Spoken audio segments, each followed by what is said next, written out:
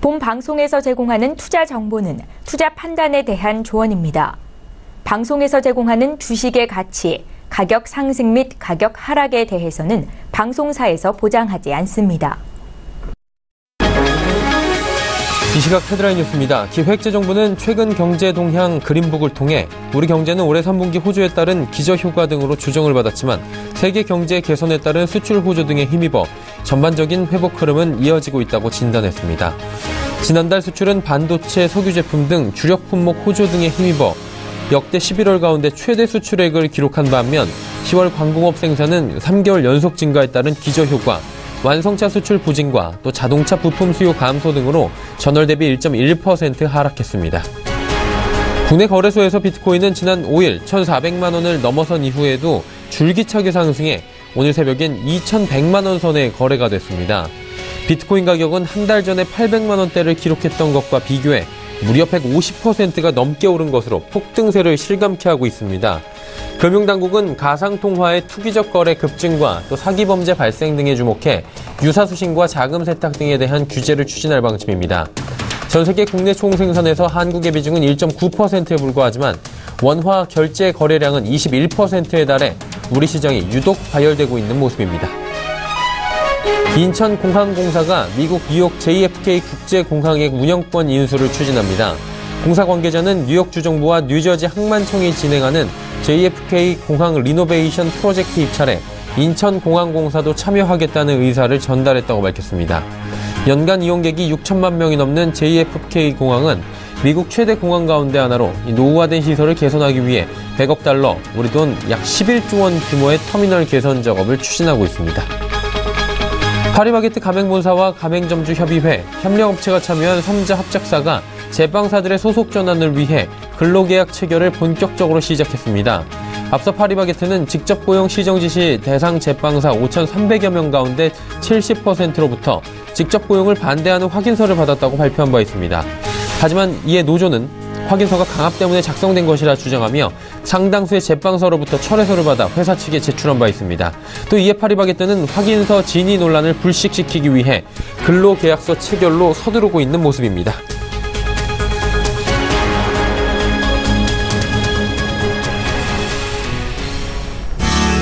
시청자 여러분 안녕하십니까. 오늘장 내일장 일부분을 활짝 열도록 하겠습니다. 서정덕입니다.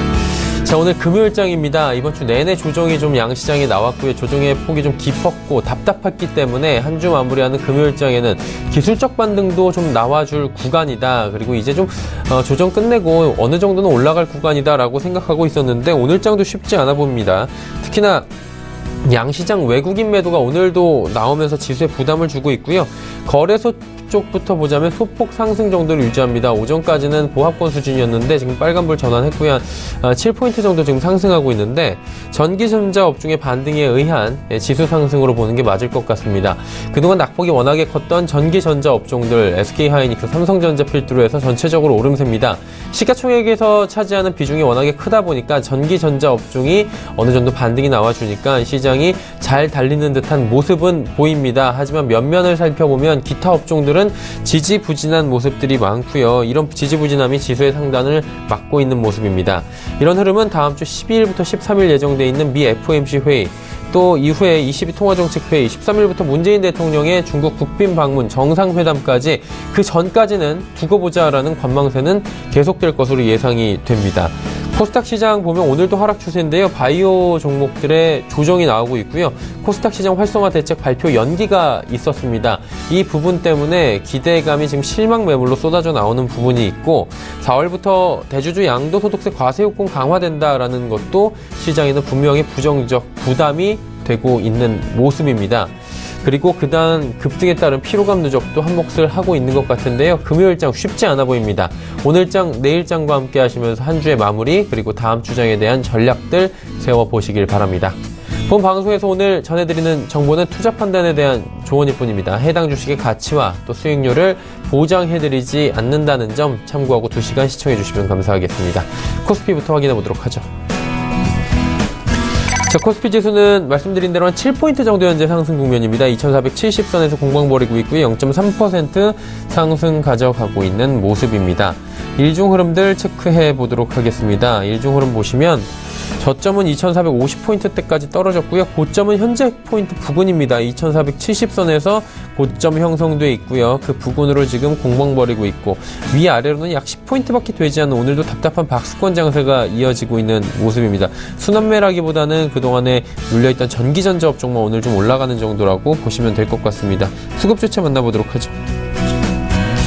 기관이 지금 매수로 동참을 했습니다. 160억 원 정도 소폭이지만 금융투자 쪽에서 780억 원, 투신은 32억 원 사고 있습니다. 개인은 844억 원 사고요. 외국이 이번 주 내내 팔고 있습니다. 1189억 원 오늘도 순매도합니다. 시가총액 상위 종목들 만나보도록 하죠. 말씀드린 대로 삼성전자와 SK하이닉스 각각 2%대로 올라가고 있습니다. 2.48, 2.89% 비교적 큰 폭의 반등이 나오고 있고요. 삼성전자는 260만 원 단숨에 회복하는 모습 보입니다. 현대차가 지금 2.48%나 빠지고요. 포스코도 약보합입니다. 다음 살펴보도록 하죠. LG화학, 강보합, 네이버, 현대모비스, 삼성물산은 빠집니다. 그리고 KB금융이 지금 700원 반등에 성공하면서 6만원 부근에서 움직입니다. 11위부터 15위도 살펴보도록 하죠. 삼성생명과 한국전력 빠지는데요. 특히나 한국전력 37,000원대부터 한 38,000원, 9,000원대까지 꾸준하게 올라가다가 하루 만에 또 37,000원대까지 주저앉습니다. SK텔레콤 1.44% 빠지고요. 삼성바이오로직스가 오늘 반등이 오랜만에 나와줍니다. 3.65% 올라갑니다. 이번엔 코스닥 시장으로 넘어가 보도록 하죠. 코스닥 시장 지금 강보합권으로 전환이 됐습니다. 코스닥 시장 역시 약세 그리고 보합, 강보합 수준에서 지금 움직이고 있고요. 1포인트 정도 소폭 상승하는 수준입니다. 일중 흐름들 살펴보도록 하죠. 오늘 장 초반에 759포인트대까지 올라갔다가 장중에 750포인트 초반까지 빠졌습니다. 그리고 현재는 딱 중간 정도라고 볼 수 있겠죠. 754, 755포인트 부근에서 움직이고 있습니다. 자, 이제 수급 주체 만나볼 텐데요. 수급 주체 보시면 오늘도 여전히 기관 외국인 쌍끌이 매도 그리고 개인 많이 삽니다. 개인이 1129억 원 순매수하고 기관 외국인은 231억 원, 724억 원 각각 매도합니다. 시가총액 상위 종목들 만나보도록 하죠. 셀트리온과 셀트리온 헬스케어 올라가는데 특히나 셀트리온과 셀트리온 헬스케어 같은 경우에 어제 낙폭이 컸고요. 셀트리온 헬스케어 어제 낙폭 그대로 다 되돌림하고 있습니다. 신라젠 오늘 2.9% 내려오고 CJENM, 티슈진 올라가는데 티슈진 역시 낙폭이 어제 컸습니다. 오늘 하루 만에 다시 반등 나왔고요. 반동폭 꽤 큽니다. 다음 살펴보도록 하죠. 다시 로엔이 시가총액 6위로 내려왔습니다. 2%의 반등은 나오고 있습니다. 메디톡스, 바이로메드, 펄어비스, 셀트리온 제약 올라가는데 보시다시피 셀트리온 제약이 지금 20%가 넘는 급등이 나오면서 시가총액 10위까지 지금 단숨에 치고 올라오는 모습 보여줍니다. 11위부터 15위 살펴보도록 하죠. 코미팜, 파라다이스 그리고 SK머티리얼즈 빠지는데 파라다이스가 오늘도 2%가 넘게 하락하면서 주가 어느새 22,000원대 힘겹게 지지하고 있습니다.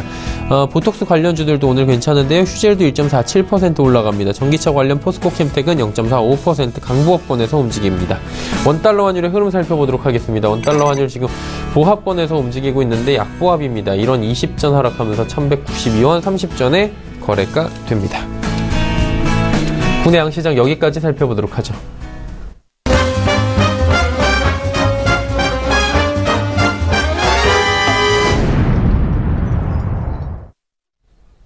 오늘장의 이슈 바로 짚어보도록 하겠습니다. NH투자증권 투자전략팀의 조현주 연구원입니다. 연구원님 나와 계십니까? 네, 안녕하세요. 네, 안녕하세요. 외국인이 계속해서 지금 우리 시장 코스피, 코스닥 가리지 않고 모두 팔고 있는 상황이고요. 지금 이 시각에도 양시장에서 모두 팔고 있는 상황입니다. 이른바 이 조정이라는 게 외국인에서 촉발이 되고 있는 건데 이게 외국인의 연말 결산, 이거 북클로징이라고 하더라고요. 수급 불안정한 건데 이게 언제까지 지속이 될지도 궁금합니다. 네, 맞습니다. 최근에는 이 외국인 매도세가 심상치 않다라고 좀 우려하시는 분들이 좀 많은 것 같은데요. 일단 지금 시즌이 어떻게 보면은 코스피 차익 실현이 확대될 수 있는 시기입니다. 그렇기 때문에 월별로 계절성 효과를 좀 따져보면 코스피 수익률이 좀 가장 저조할 때가 12월이거든요. 그래서 12월에는 수익률이 둔화될 수밖에 없는 게 이제 외국인들의 북클로징이라고 해서 연말에 이제 결산을 하는 시즌이 오기 때문에 휴가를 앞두고 이미 미리 차익 실현을 일단 하고 그 다음에 휴가를 떠나자 이런 마인드가 좀 많습니다. 그렇다 보니까 그러한 영향을 좀 제대로 이번에 받는 것 같은데요. 아무래도 12월 저희 산타랠리를 기대했다가 산타랠리보다는 오히려 외국인 매도세로 좀 코스피랑 코스닥 모두 조정 흐름을 보이고 있는데 이런 흐름이 지속될지 아니면은 앞으로는 좀 바뀔지가 이제 가장 큰 관건인 것 같습니다. 저희는 이 연말 북클로징 그리고 계절성 요인에 따른 단기 차익 실현이라고 좀 판단을 하고 있고요. 아무래도 시장이 좀 빠르게 올랐던 부분이 있어서 당연히 조정은 좀 자연스러운 현상입니다. 근데 이를 너무 과도하게 우려한다기보다는 오히려 이럴 때 좀 재차 진입하는 것도 좋은 것 같고요. 그리고 국내 4분기 실적 발표 시즌이 이제 다가오고 있는데 4분기 실적 컨센서스 좋습니다. 그렇기 때문에 양호한 실적 기대감이 다시 반영이 되면서 외국인 자금 유입될 수 있다라고 좀 판단을 하고 있습니다. 환율 좀 여쭤보도록 하겠습니다. 지금 이 시각 환율 체크를 해보니까 원달러 환율이 지금 1093원 50전에 거래가 되고 있는 모습입니다. 보합 수준인데 일단은 환율의 원화의 강세가 좀 진정이 되고 있는 모습입니다. 세제개혁안 통과한 이후에 그리고 뭐 여러 가지 지금 국제적인 불안감도 있는 것 같은데 향후의 방향성이 궁금합니다. 어떻게 보십니까, 환율은? 네, 일단 환율 같은 경우에도 최근에 1,070원까지 내려가면서 달러 약세 흐름 굉장히 보였었는데 그 효과가 그 추세가 지금 갑자기 트럼프 세제개혁 법안 발표 이후에 좀 바뀐 것 같습니다. 그래서 지금은 1,100원까지도 뭐 올라갈 수 있다라고 좀 많이들 보고 계시는데요. 이 달러 강세 전환의 이유는 아무래도 트럼프 세제개혁 법안의 영향이 가장 컸던 것 같고요. 그 외에도 이제 재정 정책 말고도 통화 정책에서도 이제 긴축 정책이 본격화되는 시즌이다 보니까 아무래도 달러 강세 요인을 좀 작용을 한 것 같습니다. 특히 이 트럼프 세제개혁 법안에서 경제성장 효과를 대부분의 정책연구소에서 한 3.5% 정도로 보더라고요. 그렇게 되면은 이제 미국의 경기가 좀 살아나게 되면은 오히려 달러는 강세 요인으로 작용을 할 수 있기 때문에 달러 흐름이 좀 강세를 보이는 것 같습니다. 일단 크리스마스 이전까지 이 세제개혁 법안이 절충안이 나와야 되는데 그 절충안의 통과 가능성에 대해서 많이 물으십니다. 아무래도 그거에 따라서 환율 흐름이 바뀔 수 있다라는 생각이 많은 것 같은데요. 제가 봤을 때는 이 크리스마스 이전까지 세제개혁 법안 통과 가능성 좀 높다라고 보는데 그 이유가 아무래도 지금 하원이랑 상원에서 차이를 보이고 있는 이 절충해야 되는 부분이 그렇게 크지 않고요. 또 하원에서 반대할 만한 요소가 많지는 않습니다. 그렇기 때문에 상원이 제시한 수정안 그대로 좀 갈 가능성이 좀 높다라고 저는 좀 보고 있고요. 그렇게 되면 크리스마스 이전까지는 충분히 통과가 될 수 있지 않을까라는 생각을 좀 해보고 있고요. 또 페드 긴축 정책 같은 경우는 아무래도 내년부터 이제 본격화 가능성이 있는데 이거에 대한 달러 강세 요인은 사실 크지 않다라고 저희는 보고 있어요. 그 이유는 페드 긴축이 좀 가파르게 가기보다는 점진적으로 갈 수밖에 없는 요건이 있습니다. 그게 바로 물가거든요. 물가가 좀 가파르게 올라오지 않고 있습니다. 이게 아무래도 아마존 효과라고 하죠. 유통업종의 좀 산업구조가 변화하다 보니까 물가가 그렇게 빠르게 올라오지 않고 있습니다. 그렇다 보니 페드도 긴축을 그렇게 물가가 올라오는 것을 확인하기 전에 빠르게 급진적으로 하기는 어려울 것 같아서 달러 강세 요인도 조금씩은 좀 둔화될 수 있다라고 좀 판단하고 있습니다. 그렇다면 전반적으로 봤을 때 다음 주 우리 증시의 흐름도 예측을 해봐야 되는데 다음 주 이벤트들도 꽤 있는 걸로 알고 있습니다. 다음 주 어떤 방향성을 갖게 될까요? 네, 일단 올해 주식시장의 상승세를 견인했던 그런 요건들이 만약에 내년에도 지속된다라고 본다면 올해 지금 조정을 받을 때 오히려 진입하는 게 좋은 것 같거든요. 근데 지금 2017년 주식시장을 상승을 견인했던 요소들을 보면 매크로 모멘텀이랑 실적이라고 볼 수가 있거든요. 근데 이러한 매크로의 경기 회복세라던가 그리고 견조한 한국 국내 기업들의 실적은 내년에도 이어질 수 있는 상황입니다. 그렇기 때문에 펀더멘털은 올해랑 그렇게 크게 다른 점은 없고요. 그렇다면은 이제 문제가 되는 게 바로 밸류에이션인데요. 밸류에이션 부담 같은 경우는 아무래도 실적이 같이 올라오게 되면 이를 정당화시킬 수 있기 때문에 단기 조정 후에 시장은 재상승을 할 수 있을 거라고 저는 좀 판단을 하고 있습니다. 그래서 차익 실현 매물이 어느 정도 12월 달에 출회가 되고 난 뒤에 FOMC 통화 정책 불확실성도 확인을 하면 아무래도 2018년을 감안한 수요가 좀 확대될 수 있다라고 보고 있고요. 특히 이제 분야를 좀 살펴본다면 저희는 여전히 대형주보다는 중소형주의 중심의 매수 전략이 좀 더 유효하다라고 판단을 하고 있습니다. 저희가 중소형주 중심으로 조금 더 추천을 드리는 이유는 아무래도 내년 상반기에 1월 효과가 있고요. 또 정책 모멘텀이 좀 존재하기 때문에 중소형주 또는 성장주 같은 경우는 이런 펀더멘털 개선과 함께 모멘텀도 같이 작용할 수 있다라고 보고 있습니다.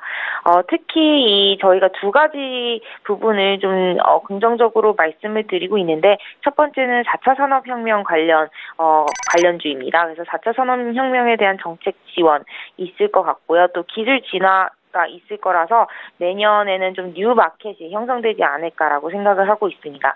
이 뉴 마켓 같은 경우는 뭐 인공지능 디바이스라든가 5G 이런 것들이 이제 관련주들이 좀 새로운 시장으로 형성이 될 것 같고요. 이 외에도 이제 생산 효율화를 좀 적극적으로 지원할 수 있는 스마트 팩토리 이런 것들이 내년에는 좀 이슈화가 될 수 있다라고 좀 판단을 하고 있습니다. 그리고 내년 1월부터 이제 CES 이벤트도 있기 때문에 말씀드린 이 4차 산업혁명 관련주들 모멘텀 받을 수 있을 것 같고요. 또 이제 다음 주에 문재인 대통령의 방중이 좀 일정이 예정이 되어 있는데 여기서 이제 사드 배치 관련한 언급이 있을 수도 있고 없을 수도 있지만 아무래도 한중 정상회담 이후에는 조금 한국과 중국 간의 관계가 개선될 수 있다는 기대감이 좀 작용을 할 수 있을 것 같고요. 중국 소비 관련주들 긍정적으로 좀 보고 있습니다.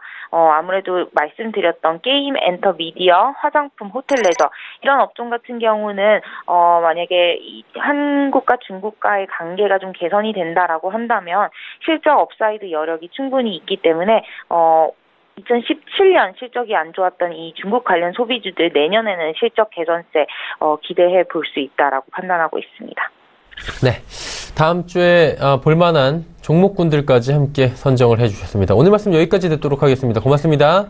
네, 감사합니다. NH투자증권 투자전략팀의 조현주 연구원이었고요. 이슈 칼럼 바로 이어갑니다.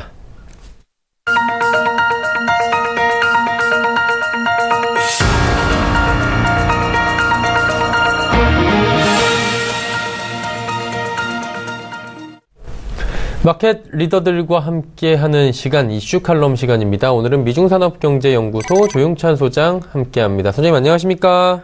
예, 안녕하십니까? 연말이 지금 빠르게 다가오고 있습니다. 날씨도 추워지고 있고요. 이제 성탄 노래들도 들려오고 그러다 보니까 이곳저곳에서 경제기관들은 예측치를 내놓고 있는 것 같습니다.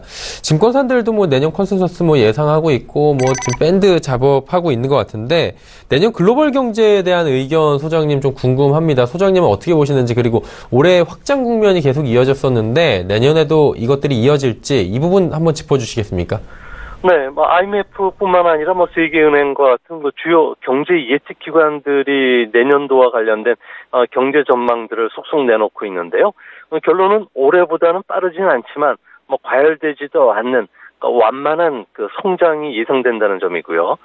또한 저금리 환경이 계속되기 때문에 소위 말하는 저온 경제가 될 수 있다는 게 대부분의 예측치들입니다. 참고로 세계 경제 성장률은 작년에 3.2%를 바닥으로 해서 올해는 한 3.4% 전후 그리고 내년에는 올해보다 소폭 올라간 3.5%까지 높아질 것으로 보고 있는데요. 미국과 유럽권은 여전히 안정적인 성장을 예상하고 있고요. 다소 과열된 중국 경제 같은 경우에는 구조조정이라든지 디레버리징 정책으로 인해서 성장 둔화가 예상되지만 대신 아세안을 비롯한 신흥국 경제가 워낙 좋기 때문에 중국을 대체해서 세계 경제 성장을 이끌어갈 것이라는 내용들이 대부분이었습니다. 그런 측면에서 봤을 경우에 내년에는 인플레이션을 경계하지 않아도 될 정도의 완만한 성장이 예상된다는 점에서 주시장뿐만 아니라 금융시장 전반적으로 다 좋은 그 결과를 가져다 주지 않을까 보여집니다. 완만한 그 적정한 온도의 저온 경제 이렇게 이야기를 하는데, 그렇다면 국제투자은행들이 추천하는 내년에 주식 투자 전략도 있을 것 같습니다. 어떤 식으로 가라고 하던가요? 네, 저온 경제 환경 속에서는 주식과 같은 리스크 자산이 좋은 투자 대안이 될 수 있는 환경이 계속 조성될 것으로 보고 있는데요. 실제 올해 주요 그 자산 투자 성과를 보면은 국채나 안전자산보다는 주식과 같은 리스크 자산의 투자 성과가 상당히 좋았습니다. 올해 11월 말까지 투자 성과가 높았던 상품을 보면은 신흥국 주식인데요. 무려 27% 넘게 상승했고요. 이는 선진국의 주식이 12.7%인 점을 비교해 보면 10%나 높은 성과를 보였습니다. 주식 외에 다른 금융 상품을 보면 부동산 투자 신탁이라고는 니치도 상당히 좋았고요. 신용 등급이 트리플 B 미만인 기업들이 발행한 회사채죠. 하이힐드 채권이 아무래도 두각을 나타낼 수밖에 없었던 것으로 보여집니다. 반면에 투자 적격 채권이라든지 국채와 같은 안전자산은 투자 성과가 좀 저조했던 것으로 나타났습니다. 2008년도에도 저공 경제가 변화가 없다면은 주식 투자라든지 고배당, 고수익률을 추구하는 투자가 오히려 유효한 투자 전략이 될 것으로 보여집니다. 네. 내년에 공격적인 투자를 이야기를 하셨는데, 사실 공격적인 투자를 해야 될까라고 생각이 드신 분들 분명히 계실 것 같습니다. 내년에 주의할 점들이 있습니까? 네, 세계 경제가 뜨겁지도 않고 차갑지도 않은 그 골디락스 성장이 계속될 것으로 보여지고요. 또한 저금리 환경이 계속된다면은 아무래도 주시장이 모두에게 다 좋겠지만 한순간 변화가 찾아올 수 있는 환경일 수밖에 없기 때문에 투자 환경 변화에도 좀 주목하셔서 보셔야 되는데요. 내년에 가장 주의해야 될 리스크는 중국의 구조조정 그리고 세계적인 물가 상승이 되지 않을까 보여집니다. 중국은 현재 질적인 성장을 우선시하지만 앞으로는 그 구조조정이라든지 디레버리징 작업을 좀 더 확대할 것으로 보여지는데요. 세계 성장에 대한 기여율이 중국이 40%인 점을 비교해보면 중국이 성장이 둔화된다는 것은 세계 경제도 아무래도 어느 순간에 또 위축이 될 수 있지 않나 보여집니다.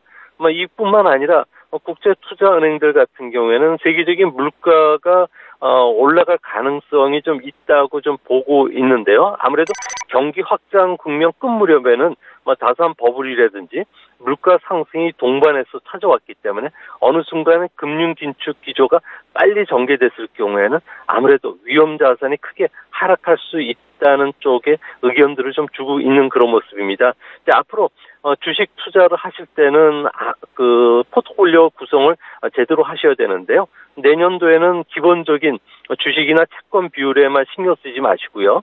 투자 기간이라든지 유동성이 많은 부분에 많은 자산들을 좀 활용해 달라는 게 국제 IB들의 그 주문이었습니다. 이런 측면에서 봤을 경우에 주식 투자 비율은 한 40% 정도, 그리고 주식도 어느 나라에 투자할지 또 지역에 투자할지도 좀 고민해 가시면서 같이 주식을 운영하시는 전략이 바람직하지 않을까 보여집니다.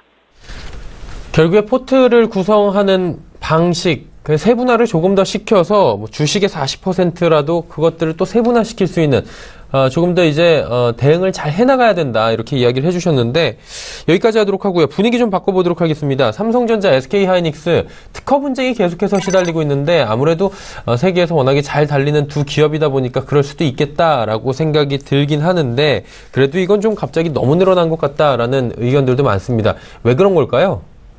아무래도 지금 그 미국에서는 그 관세법 337조에 의해서 미국 기업이라든지 개인 지적재산권을 침해한 해외 상품에 대해서는 수입 금지 명령을 내릴 수 있다고 적시가 되어 있습니다.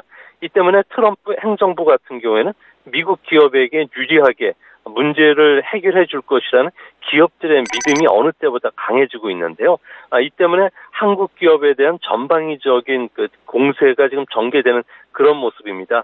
아무래도 올해 10월까지 우리나라 제품에 대한 그 미국의 수입 규제가 31건이나 됐고요. 앞으로도 이런 그 수입 규제가 반도체뿐만 아니라 탄소나 합금강 쪽으로도 계속 진행이 되고 있다는 점에서는 내년도에도 우리나라에 대한 전방위적인 세이프 가드 공세가 좀 진행이 되지 않을까 조심스럽게 우려가 됩니다. 세이프가드 이야기해 주셨는데 사실 이게 올해도 계속해서 화두가 되고 있고 내년엔 더 심해지지 않을까라고 우려 섞인 목소리는 당연히 나올 수밖에 없습니다. 자국만의 이익을 지금 추구하는 미국 기업들 그리고 미국 정부기 때문에 이 부분에 대해서 우리 정부도 지금 조치를 취해 나가고 있다고 합니다. 이게 구체적으로 어떤 대비를 하면 좋을지 그리고 대비가 가능하긴 할지 이 부분도 참 궁금한데 어떻게 해야 될까요?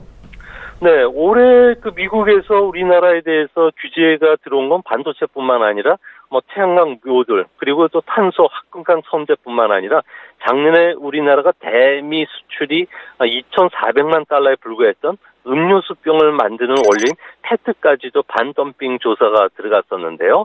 앞으로 그 미국 기업들 같은 경우에는 그 기술 개발이라든지 혁신을 통해서 공정하게 무역을 했더라도 자국 내 산업에 그 피해를 끼쳤다든지 산업을 보호하기 위해서라면 언제든지 세이프 가드를 발동시킬 것으로 보여지는데요. 아무래도 철강이나 알루미늄, 자동차까지도 확산이 될 가능성이 있지 않을까 보여집니다. 앞으로 자산 가격 상승 또 임금 상승으로 인해서 미국의 수요가 지금 계속 늘어나고 있는데요.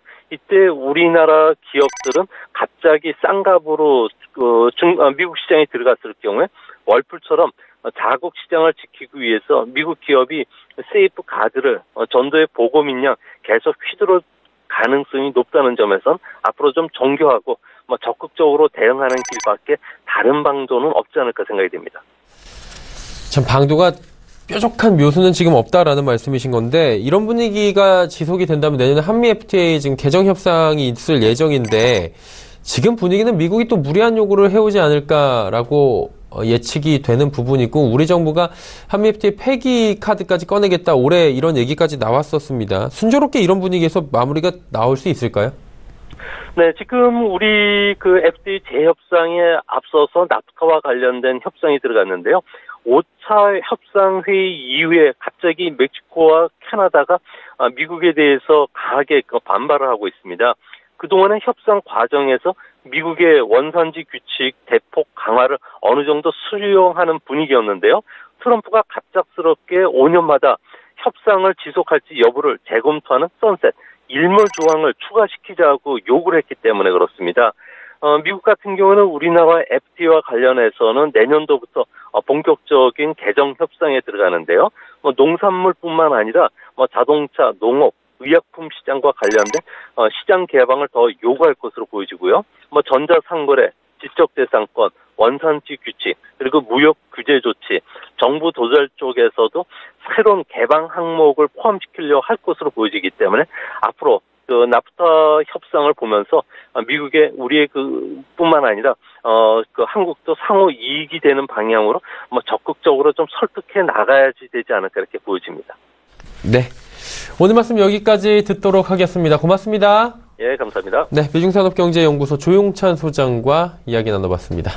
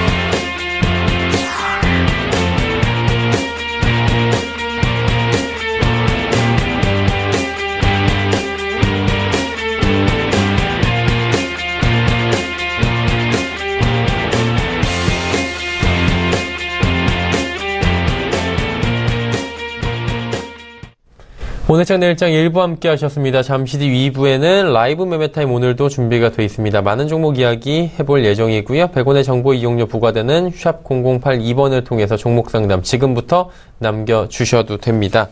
3시 45분 증권트레이딩센터 최명성 소장, DB금융투자 버머지점의 이영환 차장 두 분과 함께 잠시 뒤에 2부에서 뵙도록 하겠습니다. 고맙습니다.